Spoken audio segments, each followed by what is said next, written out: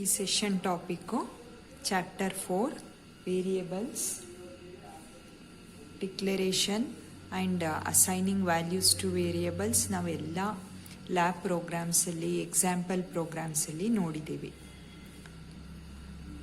ಹಾಗಾದರೆ ವೇರಿಯೇಬಲ್ ಅಂದರೆ ಏನು ಅಂತ ನಾವು ನೋಡಬೇಕು. ಇಂಟ್ NUM ಅಂತ ಇದೆ, ಇಲ್ಲೊಂದು ಸೆಮಿಕಾಲನ್ ಇದೆ.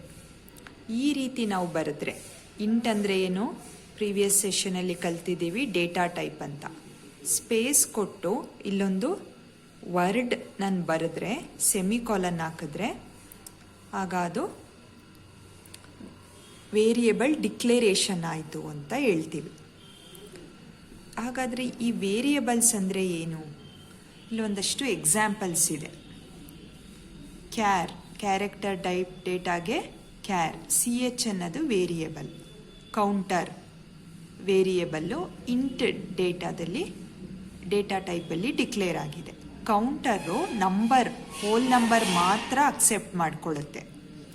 CH ಕ್ಯಾರೆಕ್ಟರ್ ಮಾತ್ರ accept ಮಾಡಿಕೊಳ್ಳುತ್ತೆ.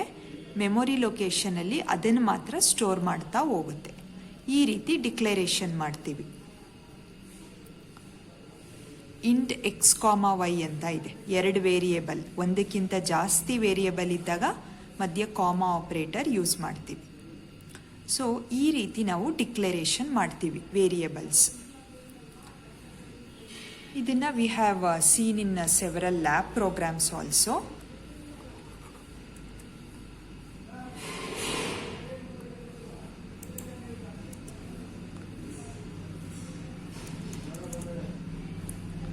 Variables are memory location in computer's memory to store data.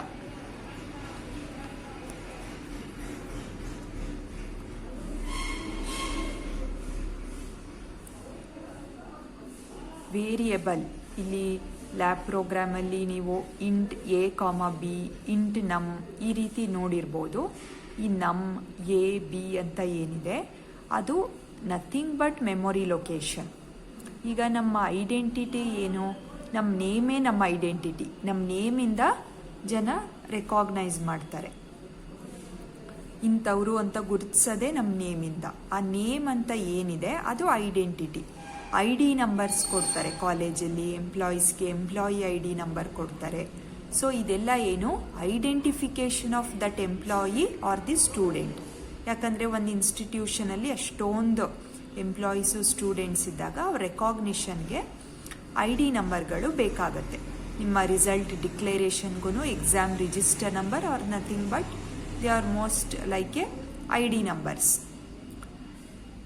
So ಆ ಐಡೆಂಟಿಫಿಕೇಷನ್ಗೆ ನಮಗೊಂದು ಹೆಸರಿದೆಯಲ್ಲ, ಆ ರೀತಿ ಇದು ನಮ್ಮನ್ನದು. ಆ್ಯಕ್ಚುಲಿ ಒಳಗಡೆ ಈ ಮೆಮೊರಿ ಲೊಕೇಶನ್ ಇರುತ್ತೆ. ನಾವು ಕೀಬೋರ್ಡಿಂದ ಏನು ಎಂಟರ್ ಮಾಡ್ತೀವಿ ಪ್ರೋಗ್ರಾಮ್ ರನ್ ಮಾಡಿದಾಗ ಆ ಡೇಟಾ ಮೆಮೊರಿ ಲೊಕೇಶನಲ್ಲಿ ಕೂತ್ಕೊಳ್ಳುತ್ತೆ.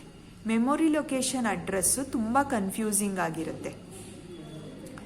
ಒಂದಷ್ಟು ಆಕ್ಟಲ್ ನಂಬರು, ಹೆಕ್ಸಾಡೆಸಿಮಲ್ ನಂಬರು ಇವೆಲ್ಲ ಮಿಕ್ಸಪ್ ಆಗೋಗಿರುತ್ತೆ. ಕಷ್ಟ ಆಗುತ್ತೆ ಅದನ್ನು ರೆಕಾಗ್ನೈಸ್ ಮಾಡೋ ಅಂಥದ್ದು. ಅದಕ್ಕೊಂದು ಹೆಸರು ಕೊಡೋ ಅಂಥದ್ದೇ ಈ ವೇರಿಯೇಬಲ್ ನೇಮ್, ದಟ್ ಈಸ್ ನಮ್ ಅಂತ ಈ ಒಂದು ಎಕ್ಸಾಂಪಲಲ್ಲಿ ಇದೆ. Variables are memory location in computers memory to store data. What are variables ಅಂದರೆ ಇದು ಒಂದೇ line of answer. These are memory location in computers memory to store data.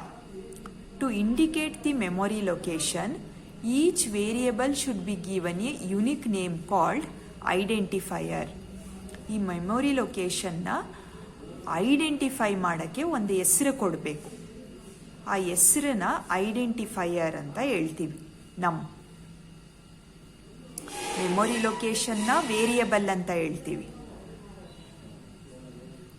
ಅದಕ್ಕೆ ಐಡೆಂಟಿಫೈ ಮಾಡೋ ಅಂಥ ಹೆಸರನ್ನ ಐಡೆಂಟಿಫೈಯರ್ ಅಂತ ಹೇಳ್ತೀವಿ. ಬಟ್ ಇಂಟರ್ಚೇಂಜಬಲಿ ಇದಕ್ಕೆ ವೇರಿಯೇಬಲ್ ಅಂತಲೂ ಹೇಳ್ತೀವಿ, ಐಡೆಂಟಿಫೈಯರ್ ಅಂತಲೂ ಹೇಳ್ತೀವಿ. ಈ ನಮ್ A, B, X, Y ಈ ಥರನೇ ಕೊಡಬೇಕಾ, ಬೇರೆ ಏನೋ ಆಪ್ಷನ್ ಇಲ್ವಾ ಅಂತಂದರೆ ನೀವು ಇಟ್ಸ್ ಯೂಸರ್ ಡಿಫೈನ್ಡ್ ಅಂದರೆ ನಾವು ಏನು ಹೆಸರಾದರೂ ಇಲ್ಲಿ ಕೊಟ್ಕೋಬೋದು ಅಂತ ಅರ್ಥ. ಇಲ್ಲಿ ನೋಡಿ, ಸಮ್ ಅಂತ ಇದೆ, SUM ಸಮ್. ಇಂಟ್ ಸಮ್ ಅಂತ ನಾನು ಕೊಡ್ಬೋದು ಇಲ್ಲಿ. ಕಾರ್ ಅಂಡರ್ಸ್ಕೋರ್ ನಂಬರ್, ಇದೊಂದು ಸ್ಪೆಷಲ್ ಕ್ಯಾರೆಕ್ಟರ್ ಇಲ್ಲಿದೆ ನೋಡಿ ಕೀಬೋರ್ಡಲ್ಲಿ. ಇದು ಮೈನಸ್ ಸೈನು, ಇದು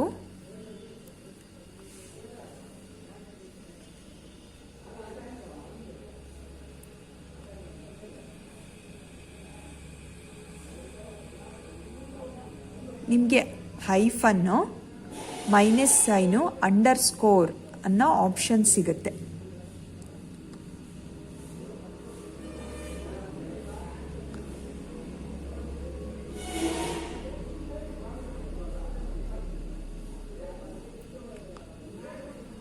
ಆ ಒಂದು ಅಂಡರ್ಸ್ಕೋರು ಯೂಸ್ ಮಾಡಿದ್ದಾರೆ ನೋಡಿ. ಈ ಥರನೂ ಬರ್ಕೋಬೋದು. ಆದರೆ ನೀವು ಬೇರೆ ಇದು ಯಾವುದ್ಯಾವುದೋ ಸ್ಪೆಷಲ್ ಸಿಂಬಲ್ಗಳಿರುತ್ತಲ್ಲ, ಇವನ್ನೆಲ್ಲ ಯೂಸ್ ಮಾಡೋಕ್ಕಾಗಲ್ಲ. Percent, address operator, carrot symbol, @ ಇವನ್ನೆಲ್ಲ ಉಪಯೋಗಿಸೋಕ್ಕಾಗಲ್ಲ. ಕೌಂಟ್ ಇದು ಒನ್ ವರ್ಡ್ ನೋಡಿ. ಈ ರೀತಿ ಒಂದಷ್ಟು ಎಕ್ಸಾಂಪಲ್ಸ್ ಇದು ವೇರಿಯಬಲ್ ನೇಮ್ ಹೇಗಿರುತ್ತೆ ಅಂತ. ರೂಲ್ಸ್ ಇದೆ, ಇದು ಮಸ್ಟ್ ಆ್ಯಂಡ್ ಶುಡ್ ನಿಮ್ಗೆ ಗೊತ್ತಿರಲೇಬೇಕು. Rules for writing variable name in C language. Variable name can be composed of letters, digits and underscore only. ಏನೇನಿರ್ಬೋದು ಈ ಒಂದು ವೇರಿಯಬಲ್ ನೇಮಲ್ಲಿ ಅಂದರೆ, ಲೆಟರ್ಸ್ ಇರ್ಬೋದು. ಯಾವ ಥರ letters? Upper case letters, lower case letters. ನೀವು ನೋಡಿದ್ದೀರಾ ಇದೆಲ್ಲ ಕೀಬೋರ್ಡ್ ಕ್ಯಾರೆಕ್ಟರ್ ಏನಿದೆ ಇವೆಲ್ಲಾನು ಲೆಟರ್ಸ್.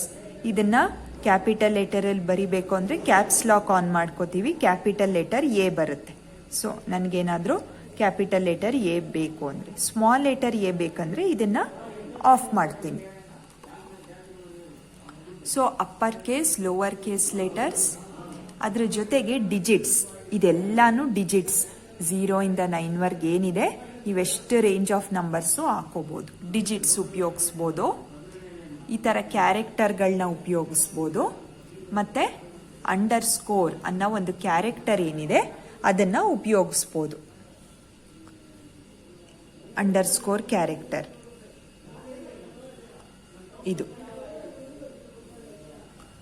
ಇದು ಒಂದು ರೂಲ್ ಆಯಿತು. ಎರಡನೇ ರೂಲ್ ಏನು? ಆ ವೇರಿಯೇಬಲ್ ಬರೆಯೋಕ್ಕೆ ಲ್ಯಾಬ್ ಪ್ರೋಗ್ರಾಮ್ಸಲ್ಲಿ ಬರೀ ಎ, ಬಿ, ನಮ್ ಇಷ್ಟನ್ನೇ ಉಪಯೋಗಿಸಿದ್ದೀವಿ, ಬೇರೆ ಏನು ಉಪಯೋಗಿಸೋಕ್ಕಾಗಲ್ವಾ ಅಂತಂದರೆ ನಾವು ನಮ್ಮ ನೇಮು ಅಲ್ಲಿ ಕೊಟ್ಕೋಬೋದು. ಈಗ ನನ್ನ ನೇಮು ವರ್ಣ, VARNA ಅಂತ ನಾನು ಇಲ್ಲಿ ಬರ್ಕೋಬೋದು. ವರ್ಣ ಅಂಡರ್ಸ್ಕೋರ್ 1, 2 ಅಂತಲೂ ನಾನು ಇಲ್ಲಿ ಬರ್ಕೋಬೋದು. ಇಲ್ಲಿ ನೀವು ನೋಡ್ಕೊಳ್ಳಿ ನಾನು ಯಾವ ರೀತಿ ಬರಿಬೋದು ಅಂದರೆ, ಇದು ವೇರಿಯಬಲ್ ನೇಮ್ ಆಗಿ ನಾನು ಉಪಯೋಗಿಸ್ಬೋದು. ಇಲ್ಲಿ ಡೇಟಾ ಟೈಪ್ ಇರಬೇಕು. ಇಂಟ್ ಅಂದರೆ ಇಲ್ಲಿ ಅದು ಕ್ಯಾರೆಕ್ಟರ್ ತಗೊಳ್ಳಲ್ಲ. ಈಗ ಇಂಟಲ್ಲಿ ಡಿಕ್ಲೇರ್ ಮಾಡಿರೋದ್ರಿಂದ ಈ ವರ್ಣ ಅಂಡರ್ಸ್ಕೋರ್ 12 ಅನ್ನೋ ಒಂದು ಐಡೆಂಟಿಫೈಯರು ಅಥವಾ ವೇರಿಯಬಲ್ಲು ಈ ಥರ ನಂಬರ್ಗಳು ಮಾತ್ರ ತಗೊಳ್ತಾ ಹೋಗುತ್ತೆ. That is the concept. The first letter of a variable should be either a letter or an underscore. First letter ನಾನು ಫಸ್ಟ್ ವೇರಿಯಬಲ್ ನೇಮ್ದು ಫಸ್ಟ್ ಕ್ಯಾರೆಕ್ಟರ್ ಲೆಟರೇ ಬರಿಬೇಕು. ಇಲ್ಲ ನಾನು ಈ ರೀತಿನೂ ಬರಿಬೋದು, ಅಂಡರ್ಸ್ಕೋರ್ ವರ್ಣ ಅಂತ ಬರಿಬೋದು. ಅದು ನನ್ನಿಷ್ಟ, ನಾನು ಹೇಗೆ ಬೇಕಾದರೂ ಸಿನ್ಸ್ ಇಟ್ಸ್ ಯೂಸರ್ ಡಿಫೈನ್ ನಾನು ಡಿಕ್ಲೇರ್ ಮಾಡ್ಕೋಬೋದು. ಇದು ಎರಡನೇ ರೂಲ್ ಆಯಿತು. ಮೂರನೇ ರೂಲ್ ಏನು? There is no rule for the length of a variable. The first 31 characters of a variable are discriminated by the compiler. ಎಷ್ಟಾದರೂ ಈ ಅಂಡರ್ಸ್ಕೋರ್ ವರ್ಣ ಅಂಡರ್ಸ್ಕೋರ್ 12 ಅಂತ ಬರ್ಕೊಂಡಿದ್ದೀನಲ್ಲ, ಇದನ್ನು ನಾನಿಲ್ಲಿ 12 ಅನ್ನೋದು ಬೇರೆ ನಂಬರ್ ತೆಗೆದುಬಿಟ್ಟು 112 ಅಂತಲೂ ಬರ್ಕೋಬೋದು. ಈ ಥರ ಬರ್ಕೋತಾನೇ ಹೋಗ್ಬೋದು, ಒಂದು ಲಿಮಿಟೇಷನ್ನೇ ಇಲ್ಲ ಇದರ ಲೆಂತ್ಗೆ. ಇದು ಮೂರನೇ ರೂಲ್ ಆಯಿತು. ನಾಲ್ಕನೇ ರೂಲ್ ಏನು? Variable name must not be same as C reserved words or keywords. ಸಿನಲ್ಲಿ ಕೀವರ್ಡ್ಸ್ ಅಥವಾ ರಿಸರ್ವ್ಡ್ ವರ್ಡ್ಸ್ ಅಂತ ಇದ್ದಾವೆ. ಆ ಕೀವರ್ಡ್ಸ್ನ ನೀವು ವೇರಿಯಬಲ್ ನೇಮ್ ಆಗಿ ಯೂಸ್ ಮಾಡಬಾರ್ದು.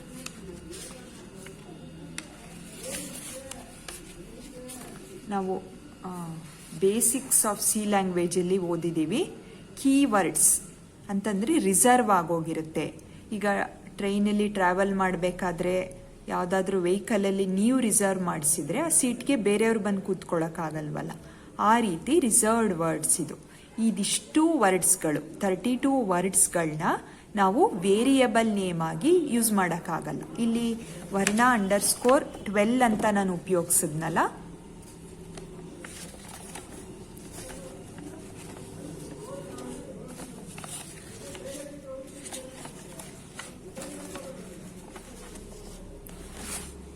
ಆಸ್ ವೇರಿಯಬಲ್ ನೇಮ್ ನಾನು ಏನು ಇಲ್ಲಿ ಉಪಯೋಗಿಸ್ದೆ, ಇದನ್ನ ಈ ಪ್ಲೇಸಲ್ಲಿ ನಾನು ಈ ಒಂದು ವೇರಿಯಬಲ್ ಏನಿದೆ ಇಲ್ಲಿ, ಸಪೋಸ್ ಈಗ ಕೇಸ್, ಬ್ರೇಕ್, ಇದು ಕ್ಯಾರ್ ಅಂತ ಇದೆ ನೋಡಿ, ಇಂಟ್ ಅಂತ ಇದೆ, ಮಾಡಿಫೈಯರಲ್ಲಿ ಲಾಂಗ್, ಇದ್ರ ಬಗ್ಗೆ ಕಲ್ತಿದ್ದೀವಿ, ಮತ್ತು ಶಾರ್ಟ್, ಸೈಜ್ ಆಫ್, ಇದೆಲ್ಲ ಮುಂದೆ ಕಲಿತಾ ಹೋಗ್ತೀರಾ. ಎಷ್ಟು ನೀವು ಮಿಸ್ ಮಾಡ್ಕೊಂಡಿದ್ದೀರಾ ಇಲ್ಲಿ ಕೀವರ್ಡ್ಗಳು, ಅದೆಲ್ಲನೂ ನೆಕ್ಸ್ಟ್ ಟಾಪಿಕ್ಸ್ ಆಗಿ ಬರ್ತಾ ಹೋಗುತ್ತೆ. ನೀವು ಕಲ್ತಿರೋದೀಗ ಅನ್ಸೈನಡ್, ಮತ್ತು ಸೈನಡ್, ಶಾರ್ಟ್, ಲಾಂಗ್, ಫ್ಲೋಟ್, ಇಂಟ್, ಇದೆಲ್ಲ ಡಬಲ್, ಈ ರೀತಿ ಕ್ಯಾರ್, ಈ ರೀತಿ ಕೀವರ್ಡ್ಸ್ಗಳು ಏನಿದೆ ಅದನ್ನು ನಾನಿಲ್ಲಿ ವೇರಿಯಬಲ್ ನೇಮ್ ಆಗಿ ಯೂಸ್ ಮಾಡೋಕ್ಕೆ ಸಾಧ್ಯ ಇಲ್ಲ. ಇಂಟ್ ಡಬಲ್ ಹಾಕೋದಕ್ಕಾಗೋದಿಲ್ಲ, ಇಂಟ್ ಎಲ್ಸ್ ಹಾಕೋದಕ್ಕಾಗೋದಿಲ್ಲ, ರಾಂಗ್ ಆಗುತ್ತೆ ಇದು. ಸೊ ಇದೇನಿದು, this is the 4th rule. Variable name must not be same as C reserved words or keywords. 5ನೇ rule, there should be no special character in the variable. ಯಾವ್ದ್ಯಾವುದು special characters in C language, C character ಸೆಟ್ಟಲ್ಲಿ ನೋಡ್ತೀವಿ, ಒಂದು keywords ನೋಡಿದ್ವಿ, ಈ box ಏನಿದೆ ಅದು, ಇನ್ನೊಂದು ಸ್ಪೆಷಲ್ ಸಿಂಬಲ್ಸ್. ಈ ರೀತಿ ಸ್ಪೆಷಲ್ ಸಿಂಬಲ್ಸ್ ಅಂದರೆ ಕೀಬೋರ್ಡಲ್ಲೇ ನೋಡ್ಕೊಳ್ಳಿ, exclamatory sign, @ hash, %, $, address, flower brackets, big bracket, small bracket, plus minus, question mark, ಇದೆಲ್ಲಾನು ಸ್ಪೆಷಲ್ ಆಪರೇಟರ್. ಇದನ್ನ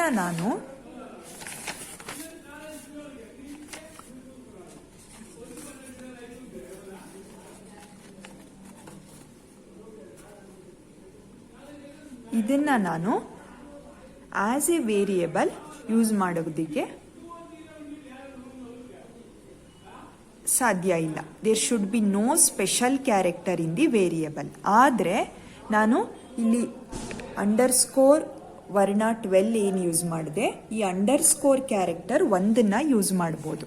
ಅದೆಲ್ಲಿದೆ ನಿಮಗೆ ಈ ಕೀನಲ್ಲಿ ಸಿಗುತ್ತೆ.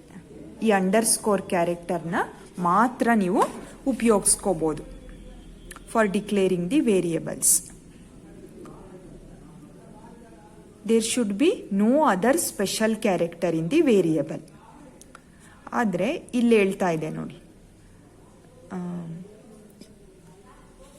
ಈ ವೇರಿಯಬಲ್ ಫಸ್ಟ್ ಒನ್ನೇ ಹೇಳುತ್ತೆ ಏನಿರಬೇಕು ವೇರಿಯಬಲಲ್ಲಿ, ಆಲ್ಫಾಬೆಟ್ಸ್, ಡಿಜಿಟ್ಸ್ ಮತ್ತು ಅಂಡರ್ಸ್ಕೋರ್ ಮಾತ್ರ. ಆದರೆ ಅಂಡರ್ಸ್ಕೋರ್ ಬಿಟ್ಟು ಬೇರೆ ಯಾವ ಸ್ಪೆಷಲ್ ಕ್ಯಾರೆಕ್ಟರು ಉಪಯೋಗಿಸೋ ಹಾಗಿಲ್ಲ. 5th rule. 6th rule, it begins with a lower case letter, small ಲೆಟರೇ ಉಪಯೋಗಿಸ್ಬೇಕು.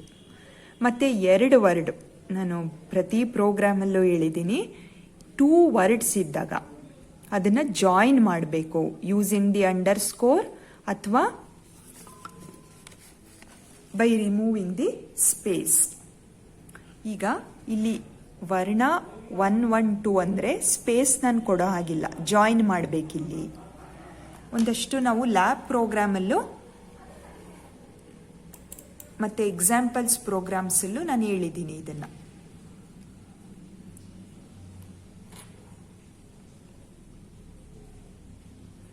ನೋಡಿ, ವೇರಿಯಬಲ್ ಇಲ್ಲಿ ಒಂದೊಂದೇ ಅಕ್ಷರ ಇದೆ, ಎ ಬಿ ಇದೆ ಇಲ್ಲಿ.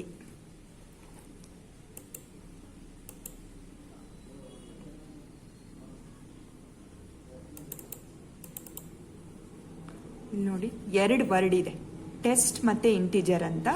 ಮಧ್ಯೆ ಸ್ಪೇಸ್ ಇಲ್ಲ, ಜಾಯಿನ್ ಆಗಿದೆ. ಬೇಕಿದ್ರೆ ನಾನು ಈಗ ಏನಾಗುತ್ತೆ ನೀವು ಅಬ್ಸರ್ವ್ ಮಾಡ್ಬೋದು. ಇದೇ ಕೊನೆ ರೂಲ್ ಹೇಳ್ತಾ ಇರೋದು.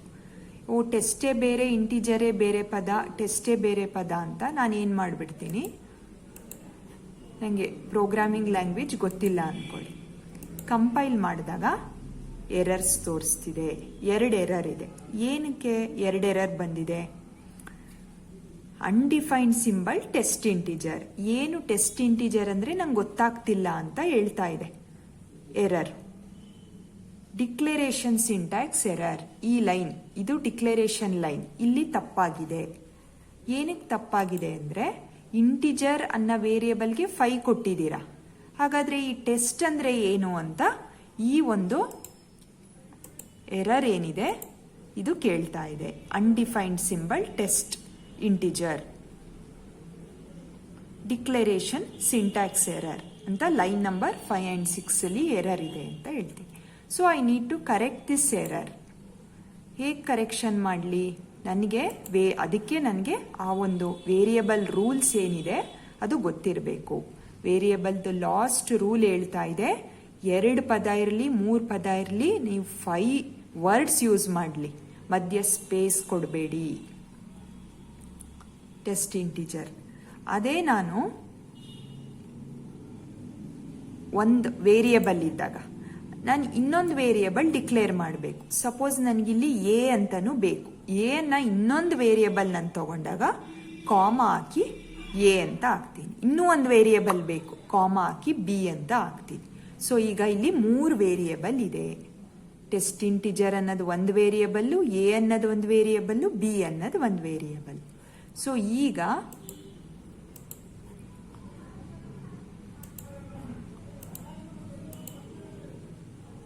ನೋಡಿ 0 ಎರರ್ಸ್ ಆಯಿತು. ನನಗೆ ಇದು ಔಟ್ಪುಟ್ ಸಿಗುತ್ತೆ.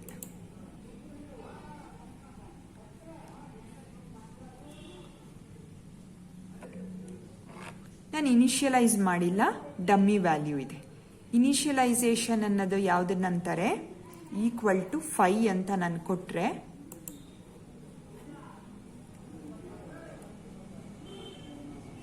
ಈಕ್ವಲ್ ಟು 5 ಅಂತ ಬಂದಿದೆ ನೋಡಿ. ಪ್ರೀವಿಯಸ್ ನಾನು 5 ಅಂತ ಕೊಟ್ಟಿರಲಿಲ್ಲ, ಏನೋ ಒಂದು ನೆಗೆಟಿವ್ ನಂಬರ್ ಇಲ್ಲಿ ಡಿಸ್ಪ್ಲೇ ಆಗಿತ್ತು. ಆ ಮೆಮೊರಿ ಲೊಕೇಶನ್ ಅಡ್ರೆಸ್ ನಮಗಿದು ಅರ್ಥ ಆಗಲ್ಲ ಅಂತಾನೆ ಆ -28765 ಅನ್ನೋದು ಅರ್ಥ ಆಗಲ್ಲ ನಮಗೆ. ಅದಕ್ಕೆ ನಾವು ಈ ಥರ ನೇಮ್ಗಳನ್ನ ಕೊಟ್ಕೋತೀವಿ. So you need to follow all these rules for writing the variables. ಈ 7 ರೂಲ್ಸು ಫಾಲೋ ಮಾಡಬೇಕು. ಮತ್ತು ಪ್ರೋಗ್ರಾಮ್ ಕರೆಕ್ಟ್ ಬರಬೇಕಂದ್ರೂ ಫಾಲೋ ಮಾಡಬೇಕು. ಮತ್ತು ಥಿಯರಿಗೂ ನಿಮಗೆ ಇದು ಗೊತ್ತಿರಬೇಕು.